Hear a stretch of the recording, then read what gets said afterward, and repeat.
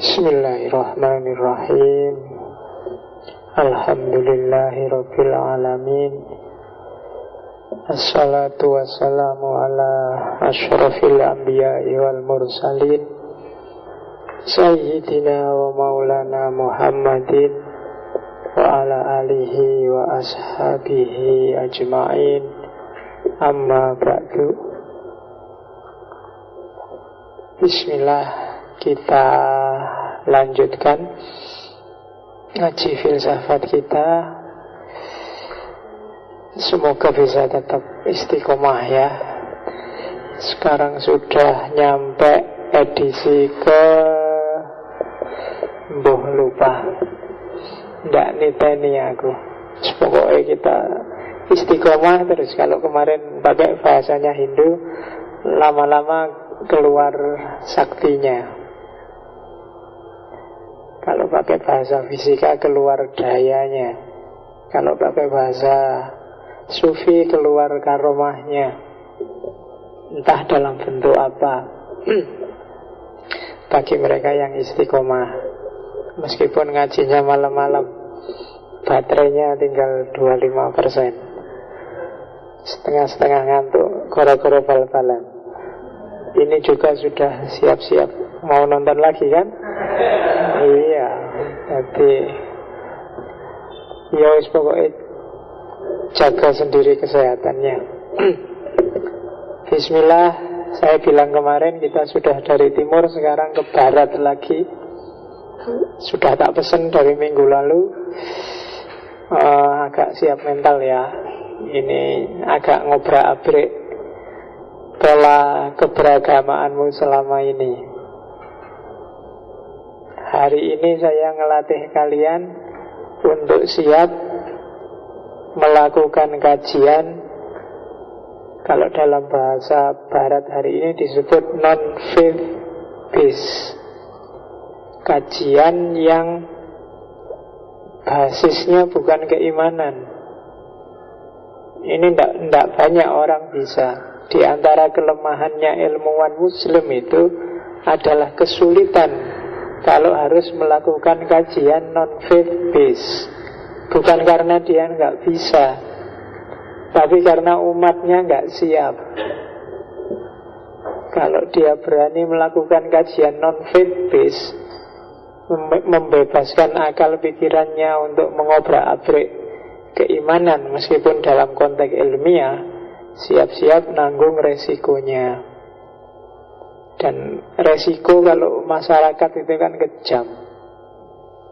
Ya kan, nggak cuma kamu diintimidasi tiap hari, kamu bisa karirmu mati, kamu bisa. Jangankan yang kayak gitu.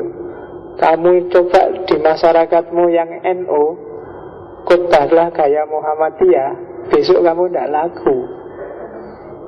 Oh itu bukan, itu belum non-faith based itu baru beda aliran.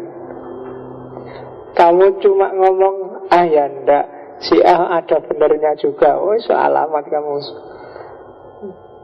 Mungkin ini mesti sudah terkontaminasi si A, mesti gitu. Kalau saya di rumah agak, kalau ceramah apa khotbah agak bau-bau rasional. Muhammadiyah ya mesti ada yang bilang. Dan itu masyarakat.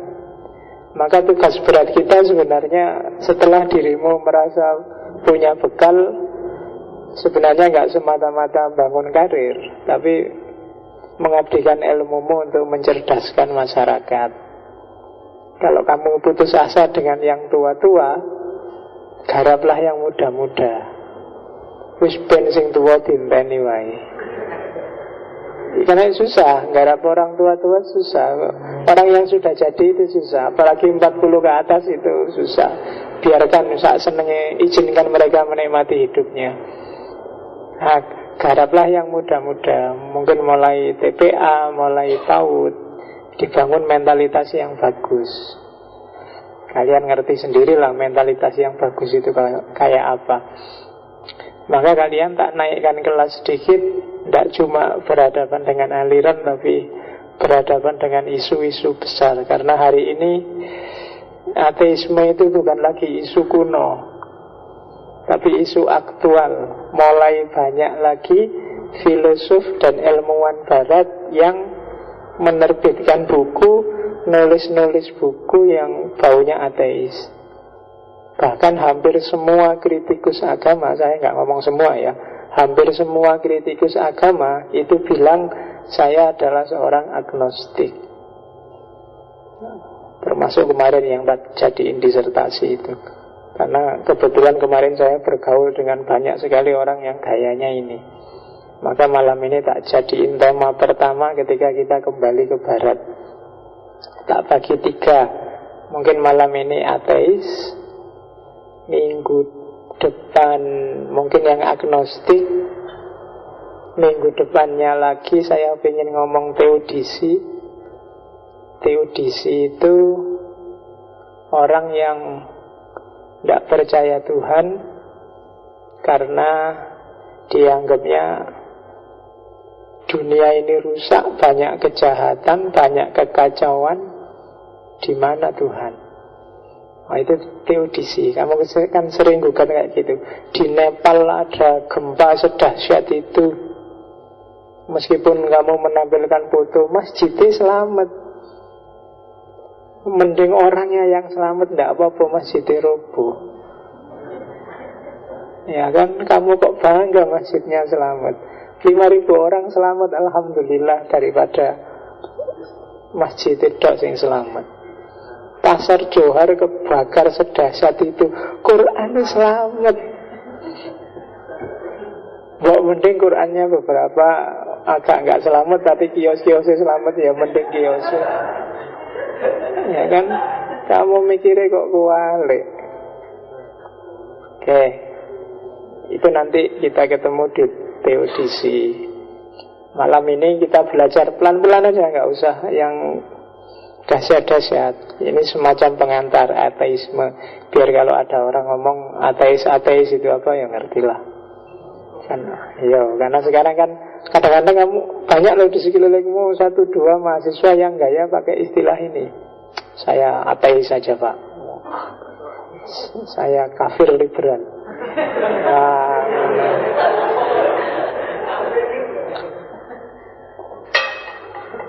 Kamu kan sering pakai istilah itu. Oke. Bismillah. Kita lihat yang pertama apa? Istilah. Kita luaskan wawasan dulu ya dengan semesta istilah. Mungkin kebetulan kamu buka buku bahasa Inggris atau buku filsafat agama, ada banyak istilah yang konotasinya mengarah pada ateisme. Ateisme sendiri oke. Ada istilah non-teis.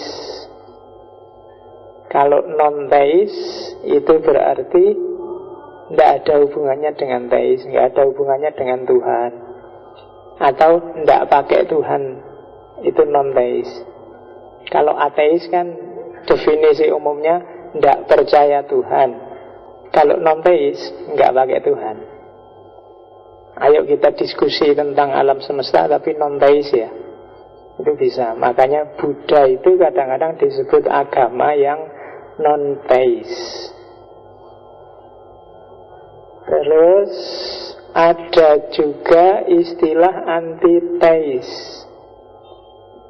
Antiteisme. Kalau antiteisme itu ateis, tapi punya kecenderungan provokatif. Tidak sekedar tidak percaya Tuhan, dia juga menyerang doktrin-doktrin ketuhanan.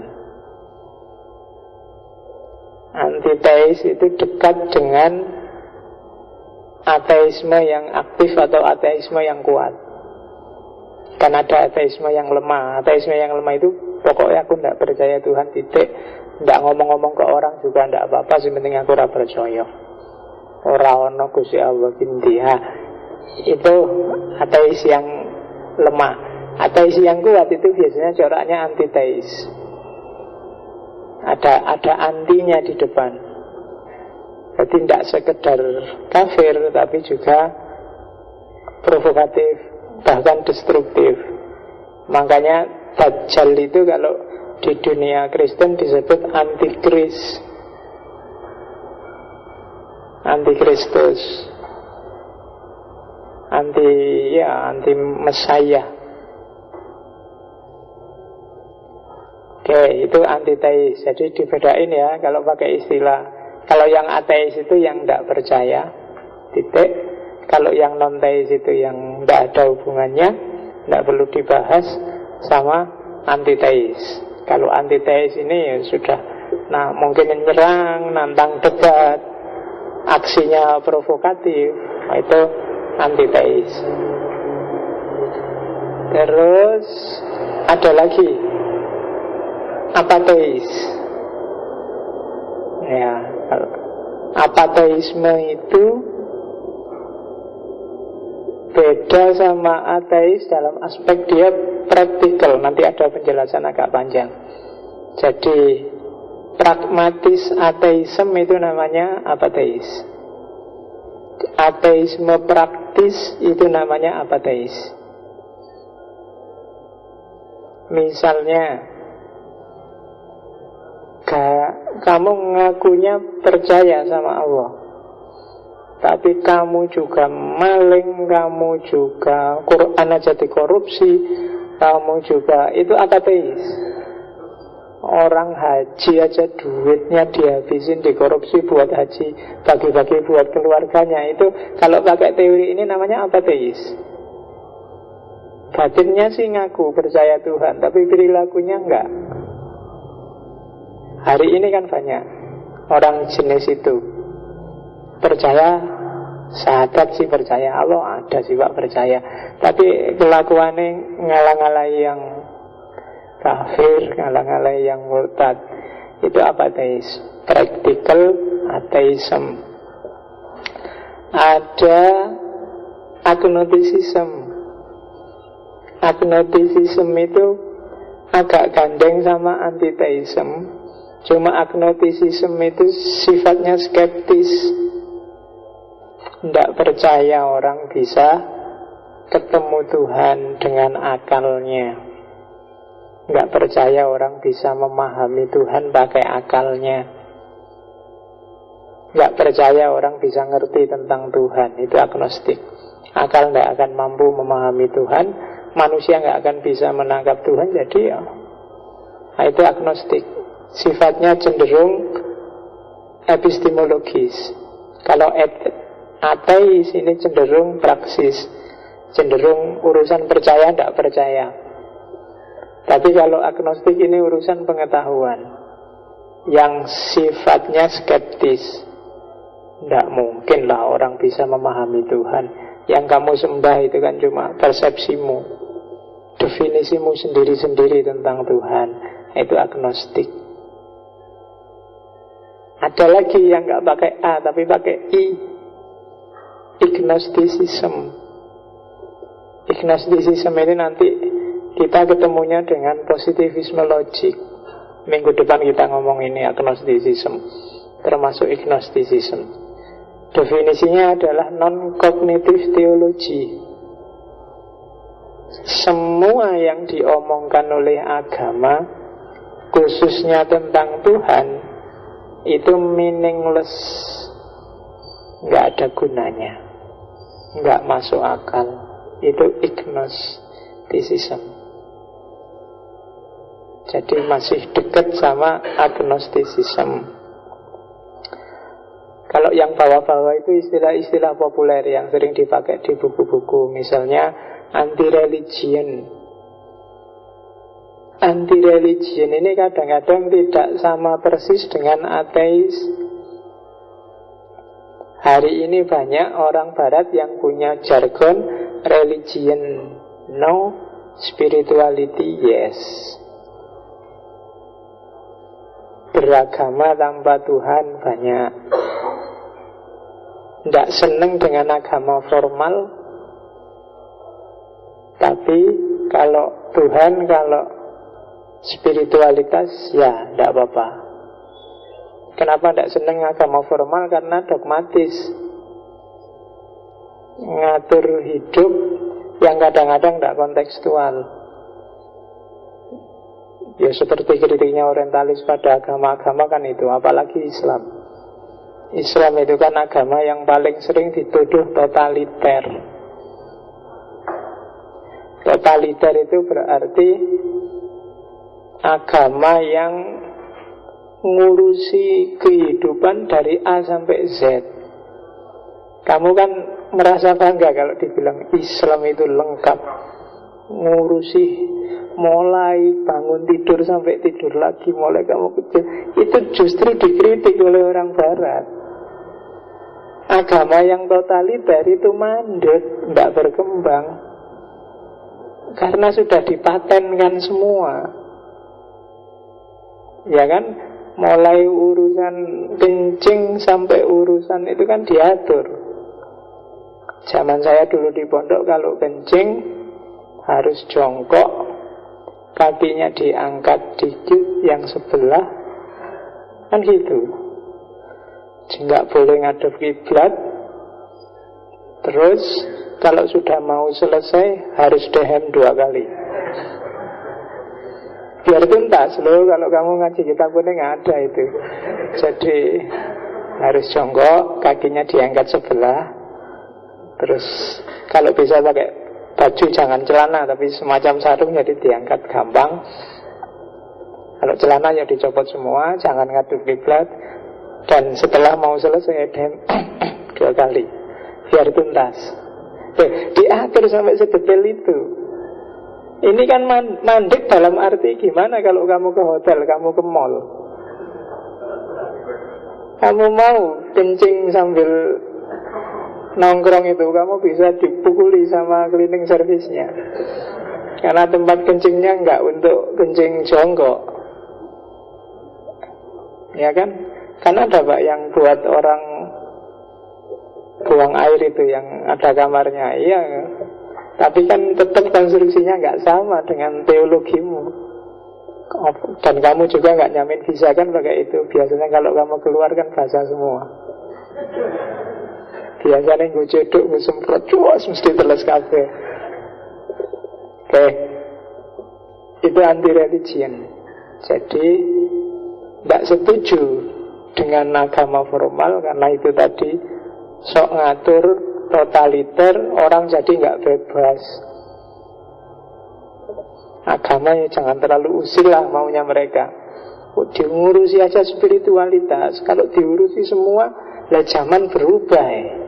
Realitas ini dinamis nih.